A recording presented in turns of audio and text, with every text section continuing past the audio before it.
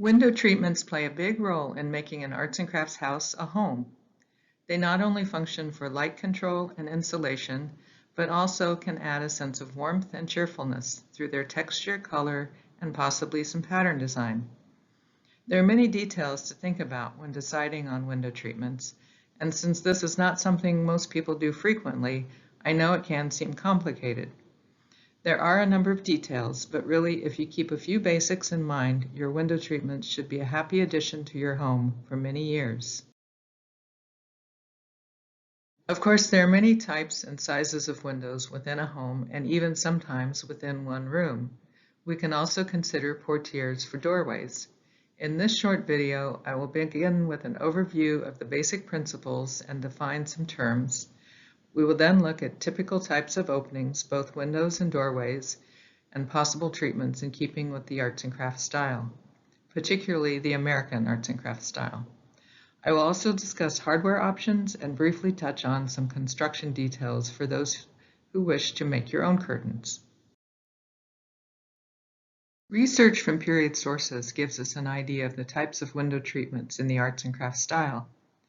Gustav Stickley's Craftsman magazine published many articles describing the interiors of craftsman homes, including details on fabrics, colors, and even embroidery stitches on curtains and portieres.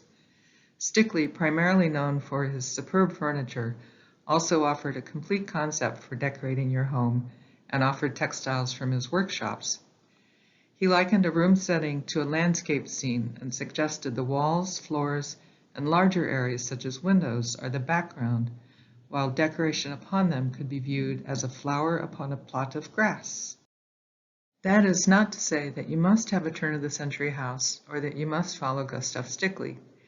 There are many variations of style within arts and crafts design, and in most instances, there really is no single correct way to have wonderful window treatments. Essentially, the goal is to create a cheerful, comfortable, friendly home by keeping function and harmonious design in mind. Begin by thinking of how you wish your window treatments to function. Do you want the curtains to filter light, to offer protection to furnishings from sunlight, or do you wish to maximize the amount of light into the room? How much insulation do you need them to offer? Do you desire them to offer privacy or to obscure an uninteresting view? Maybe you have different requirements at different times of the day or over the different seasons. Or maybe you don't need curtains for any of these uses, but simply see that they add to the look and feel in creating an arts and crafts environment.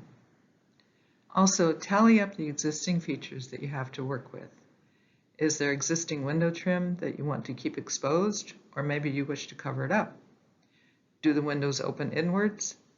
Considering these questions help to determine the best type of fabric and how the curtains can be mounted.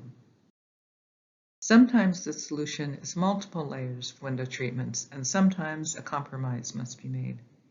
Simplicity and utility are the main ideas to keep in mind for window treatments for your arts and crafts home. Let's define some terminology. The side and top of the frame is called the casing. Perpendicular inside the jamb are the sides, and the top is called the head jamb. If there are multiple steps in the jamb, it's often referred to as reveals. Sashes are the parts which move. Well, at least in old houses, they may not move like they once did, but in theory. And this being a double hung window illustration, there are two sashes, the outer top sash and the bottom inner sash. Sashes are made up of the horizontal rails, and the middle one on a double hung window is called the meeting sash. The vertical sides are called stiles, and if the glass is divided into panes, the strips between them are called muntins or sometimes mullions.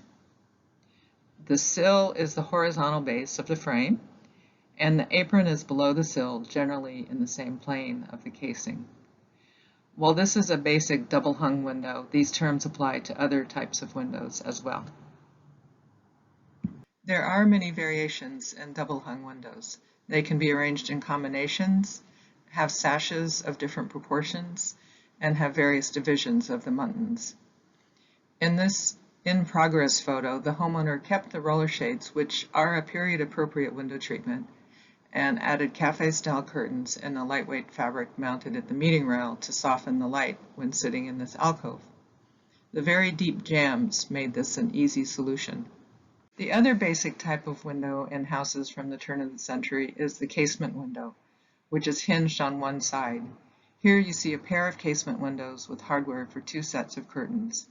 The small wooden rods mounted on the top rail of each sash, and a brass rod which spans the entire casing top so the over curtains can stack back on the sides, allowing the casements to open inward.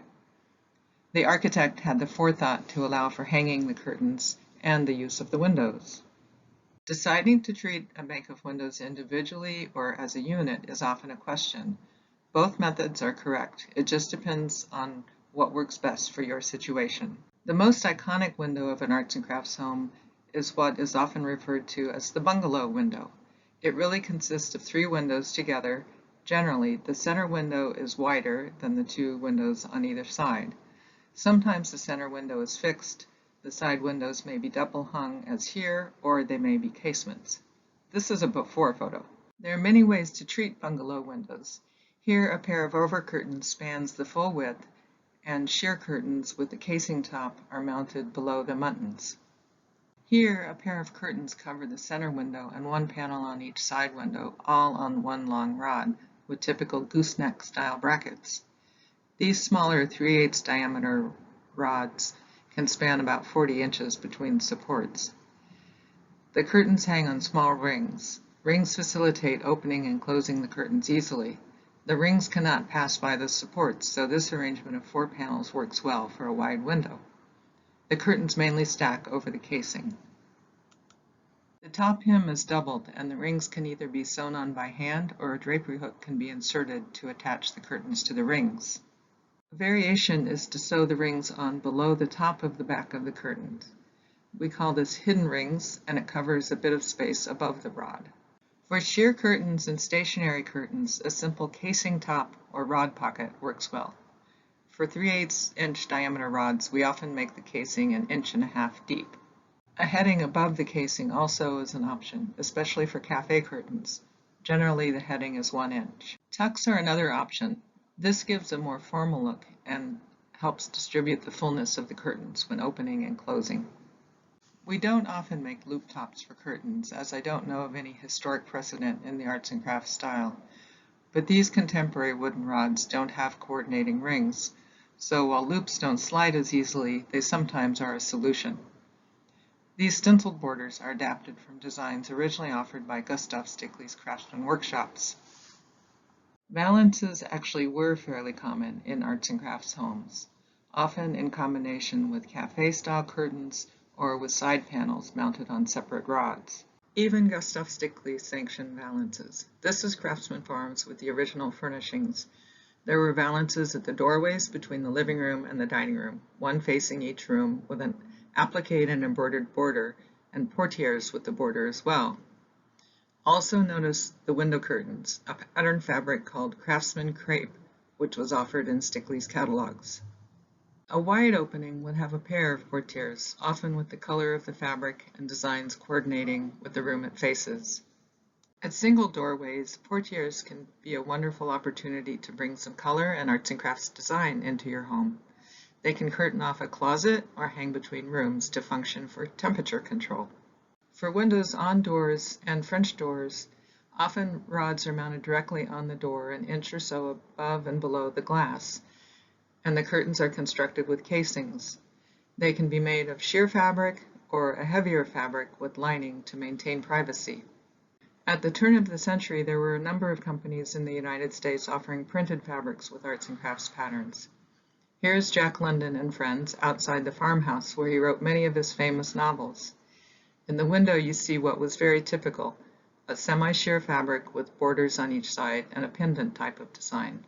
If you choose to have any type of design on your curtains, it should be harmonious with the overall tone of the room and be practical for the way you intend to use your curtains. Thank you for watching. Let's talk curtains.